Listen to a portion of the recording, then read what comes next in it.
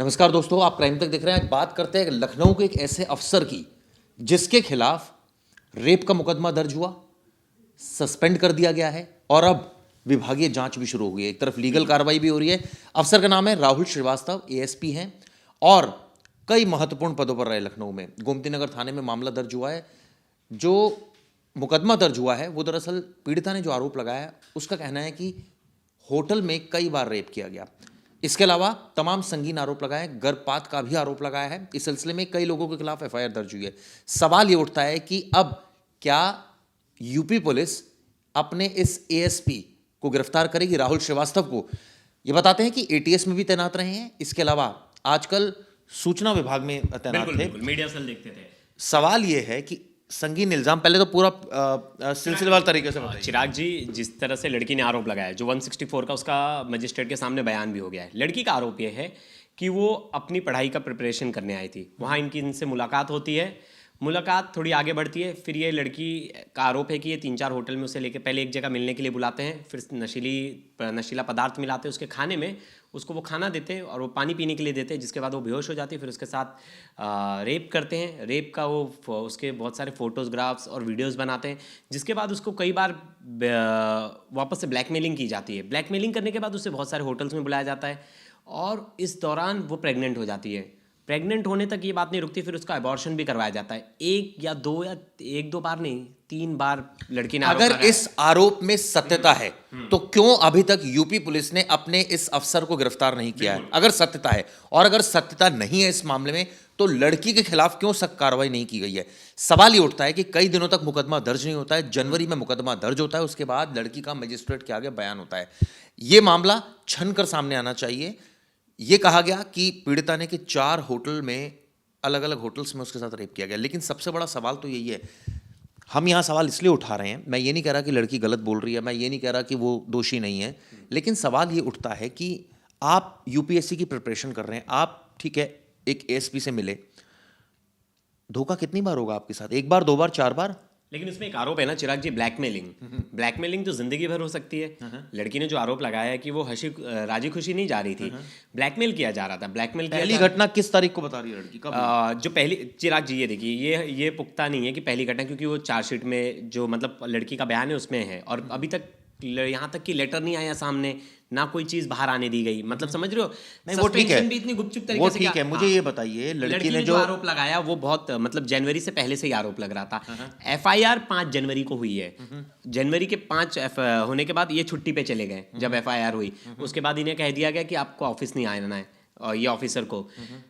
अब ये मामला इसलिए सामने आ रहा है क्योंकि सस्पेंशन की बात जो है वो सामने आ गई और लड़की का बयान मजिस्ट्रेट के सामने हो गया है। तो उसमें उसने रेफरेंस दिया है अपने एफआईआर का, कि जो एफआईआर में उसने जो बात कही है वही बात को उसने दोबारा दोहराया है मजिस्ट्रेट के सामने। ऐसी बात सामने आ रही है। लड़की ने बहुत दिनों से वो इसके पीछे पड़ी थी, ये केस करवाने के पीछे, लेकिन पुलिस की तरफ से उन्हें एंटरटेन नहीं किया जा रहा। ये बताइए, ये तो यूपी पुलिस है, ये तो योगी की पुलिस है, यहाँ तो तुरंत एक्शन होता है। अगर एक महिला लगातार पुलिस में शिकायत कर रही है कि एक एएसपी ने ये घिनौनी हरकत की है, तो पुलिस ने इतना वक्त क्यों लगाया मुकदमा दर्ज करने में? ये बताते हैं कि जो पूर्व डीजीपी थे विजय कुमार, उनकी संस्तुति पर यह मामला दर्ज हुआ। और सबसे बड़ी बात यह है कि संज्ञान लिया इस मामले का, और उन्होंने बोला कि इसमें एफआईआर होनी चाहिए। तो उसके बाद जाके एफआईआर हो रही है। चिराग जी, लड़की का ऐसा दावा है और लड़की आरोप भी लगा रही है कि इन्होंने मुझे 3-4 जो होटल लेके गए उसके प्रूफ भी है मेरे पास। अब विभागीय जांच की जो मांग है वो उठी थी, तो उसके बाद इन्होंने कार्रवाई करने के लिए आदेश दे भी दिए। लेकिन क्या इतने दिन तक अगर एफआईआर नहीं हुई तो क्या आपको लगता है फेयर इन्वेस्टिगेशन होगी?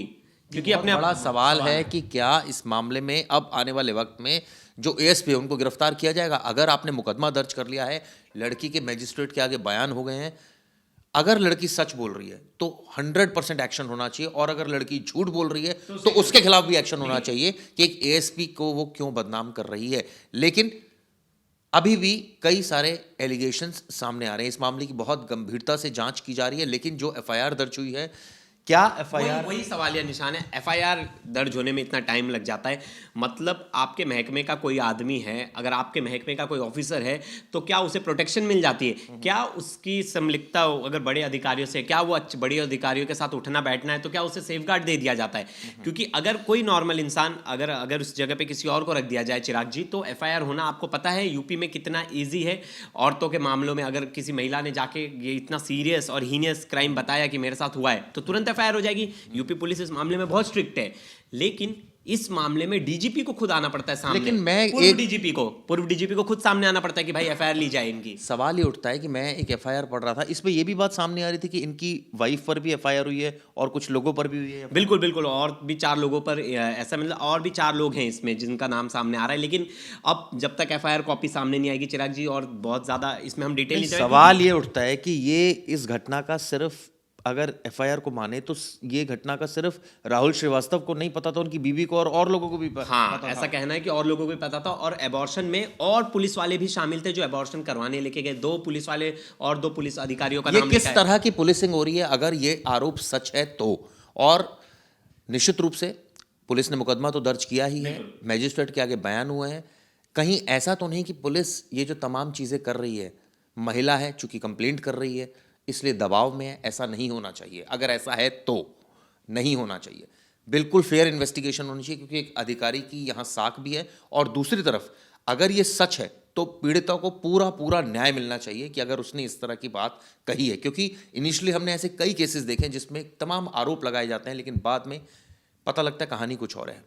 हम ये नहीं कह रहे कि इसमें कुछ कहानी अलग है, लेकिन तहकीकात बहुत गहनता से होनी चाहिए, एक एक सबूत सामने आना चाहिए। इन्वेस्टिगेशन बहुत ज़रूरी है। फेयर इन्वेस्टिगेशन इसलिए ज़रूरी है क्योंकि अगर स्टार्टिंग में ही इसमें कंप्लेंट या जो चीज़ें थी प्रोसेस में इतना टाइम नहीं लगता, तो ऐसा नहीं लगता कि फेयर इन्वेस्टिगेशन नहीं हो रही है। नहीं तो ये भी हो सकता है कि कि सबूत ही नहीं हो, पुलिस ने मुकदमा इसलिए लेट दर्ज हुआ, ये भी तो हो सकता है। हाँ, अगर आप एक केस में ऐसा करते हो तो आपको हर केस में ऐसा करना चाहिए चिराग जी। मैं नोएडा, ग्रेटर नोएडा या यूपी में कहीं भी जगह, किसी भी जगह चले जाओ तो ये केसेस में तो तुरंत पुलिस अरेस्टिंग कर लेती। इनकी तो अरेस्टिंग भी इतने दिन तक बची है, तो क्या पुलिस अब अरेस्ट करेगी इतना हीनियस क्राइम? और इतना अगर 164 का बयान हो जाता है महिला का मजिस्ट्रेट के सामने, इतना एलिगेशन है। लेकिन एलिगेशन अगर अरेस्ट नहीं कर रही है अभी भी पुलिस, तो क्या दाल में काला है? सवाल ये उठता है कि क्या पुलिस को सच पता है कि सच कुछ और है? क्योंकि ये चीजें सामने आनी चाहिए। बिल्कुल